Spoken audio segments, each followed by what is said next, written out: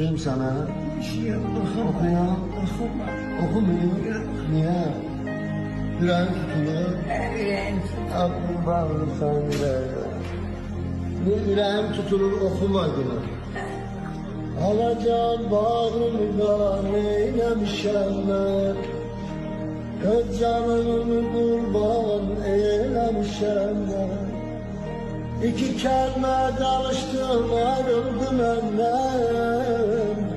Kalbimi şuur eledi şirin dilleri. Alacan bağrına alır, alacan başına dönüp koy dolanım ben. Ben o sevgilime hayranım ben.